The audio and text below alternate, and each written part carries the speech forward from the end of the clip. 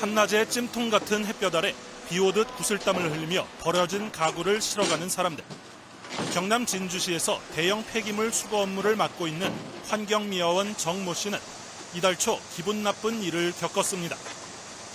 환경미화원 관리를 담당하는 시청의 여성 공무원이 우연히 만난 자리에서 정 씨에게 이상한 농담을 던졌다는 겁니다. 말 끝에 자기가 오늘 우리 차고지에 환경미화원 아저씨들 거 다 봤다. 그렇게 자랑스럽게 나한테 이야기를 딱 하는데 영문을 몰라 동료들에게 무슨 일이 있었는지 물어봤더니 그날 오후 환경미화원들이 이용하는 샤워장에서 당황스러운 일이 있었다는 얘기를 들었습니다. 샤워를 마치고 탈의실에서 옷을 갈아입는데 40대 중반 여성인 이 담당 공무원이 다가와 창문 너머로 말을 걸어왔다고 합니다. 내가 바지를 갈아입고 올리려고 보니까 바뀌었어요. 말소리가 났습니다. 이분이 오시면서 오늘은 병원에 안 갑니까? 이렇게 물었어요. 그때 내가 바지를 잡고 있는 상태에서 앞으로 땡겨오더라고요.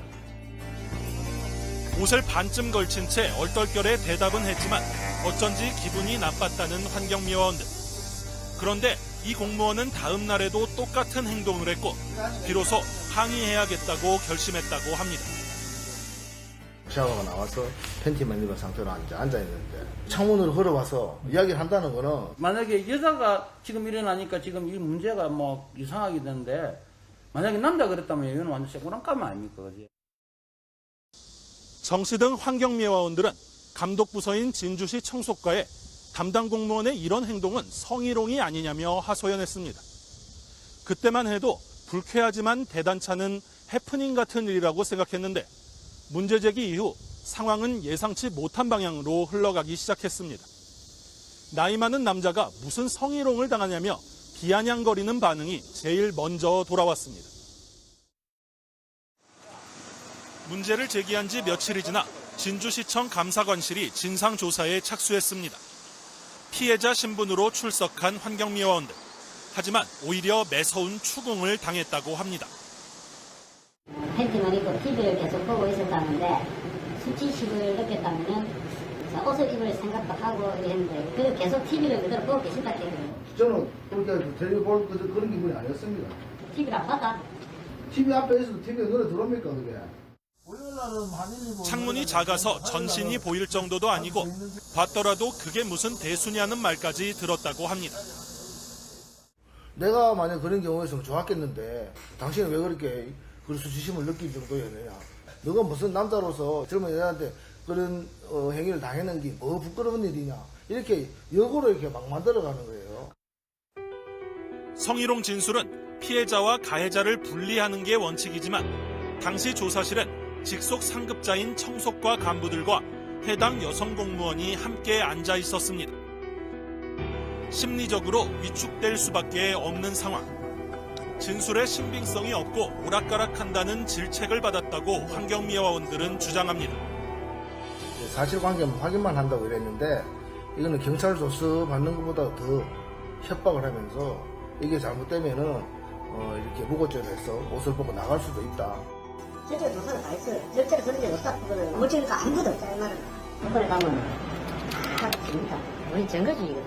선생님이 성희롱이라고 고발을 했는데 깨달을 말씀인데 증거가 없으면 시청 감사관실 측은 이번 사건은 성희롱이 아니라고 잠정 결론을 내렸고 가해자로 지목됐던 담당 공무원은 거꾸로 문제를 제기한 정 씨 등 환경미화원들을 명예훼손으로 경찰에 고발했습니다.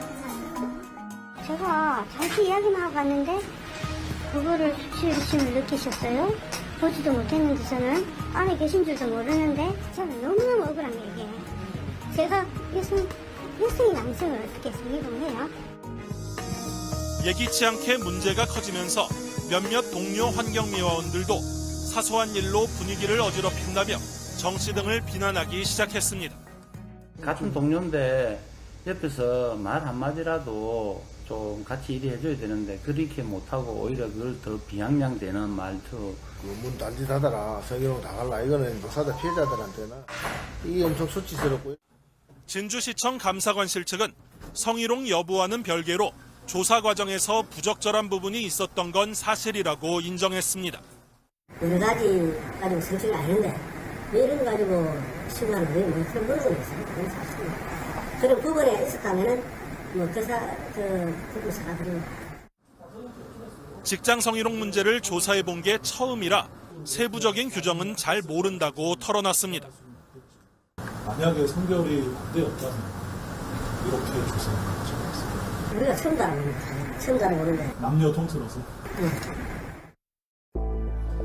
환경미화원들은 성희롱 자체보다 신고 이후 벌어진 강압적인 조사 과정과 싸늘한 주변의 시선이 더 큰 상처가 됐다고 말합니다. 굳은 일 하는 사람이고 나이가 많고 남성이라 해도 최소한의 존중을 받을 권리가 있는 것 아니냐고 항변합니다. 남자 여자 뭐 이런 게 떠나서 기본 이렇게 해서는 안 될 일 이런 거는 같은 사람으로서 같이 대접을 받고 싶고요. 그런 상황에서 또 이걸 어떻게 고쳐주십사 하고 이런 부분을 조사를 하면서 사람을 더 역으로 죄를 만들어버리고. 성희롱, 성차별 문제하면 자연스럽게 가해자는 남성, 피해자는 여성의 구도가 떠오릅니다. 그런데 최근 발표된 조사 보고서에 따르면 남성이 피해자인 경우도 여성 못지않게 많다고 합니다. 하지만 고민하다 그냥 넘어가거나 피해를 호소해봤자 냉소적인 시선만 받게 되는 경우가 대부분이라고 합니다.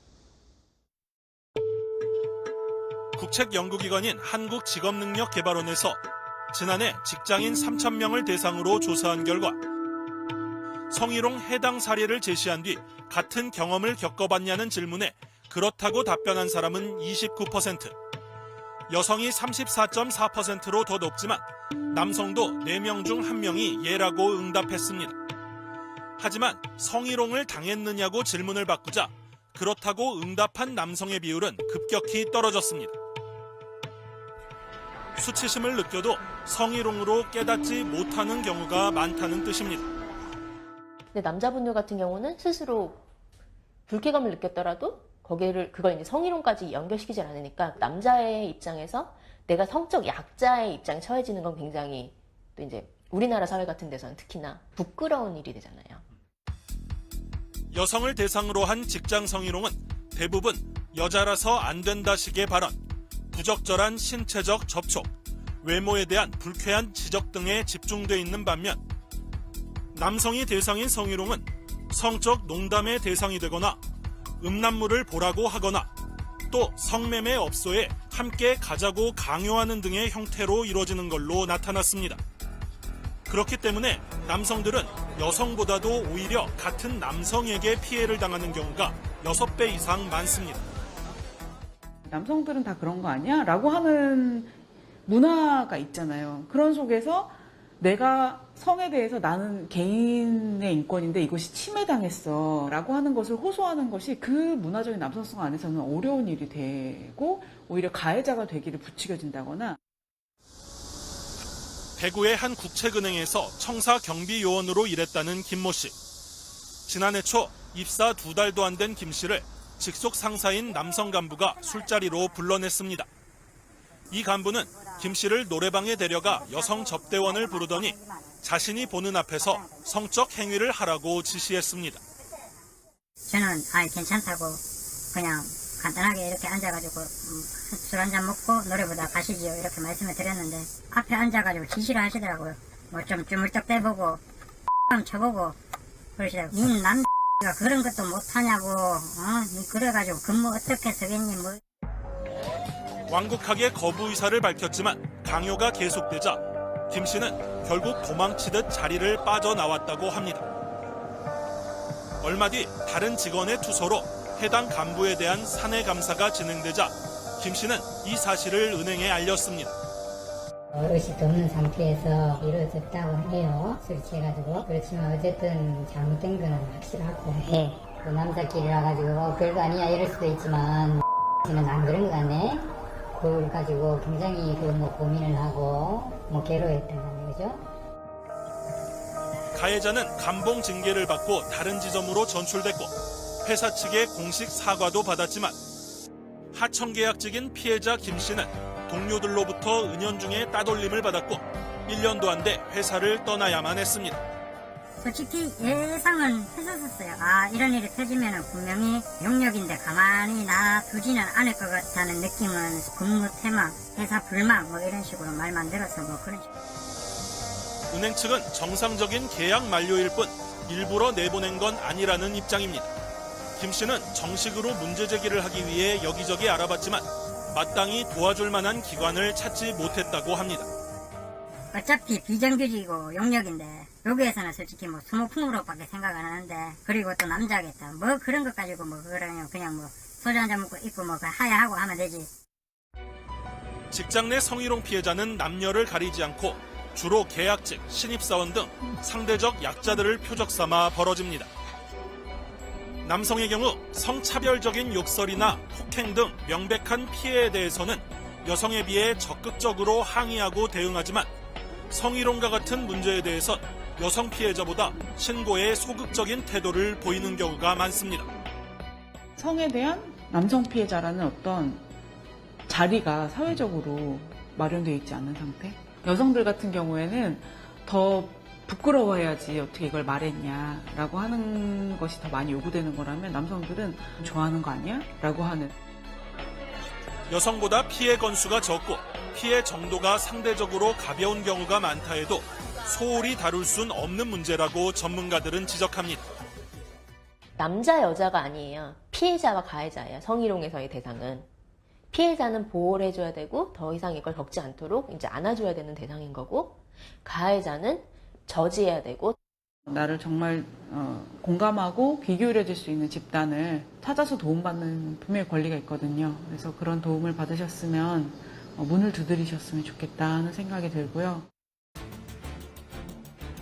직장 내 성희롱은 회사 내 권력관계에 따른 폭력입니다. 남녀노소를 떠나 누구나 직장 생활에서 성적 수치심을 느끼지 않도록 보호받아야 할 권리가 있습니다. 남성이니까 상관없지 않냐는 분위기 속에서 혼자 고민하는 남성들의 피해에 대한 바른 인식이 자리 잡히고 그들의 문제 제기에 우리 사회가 대응하는 방식이 보다 세심하게 정립돼야 할 시점입니다.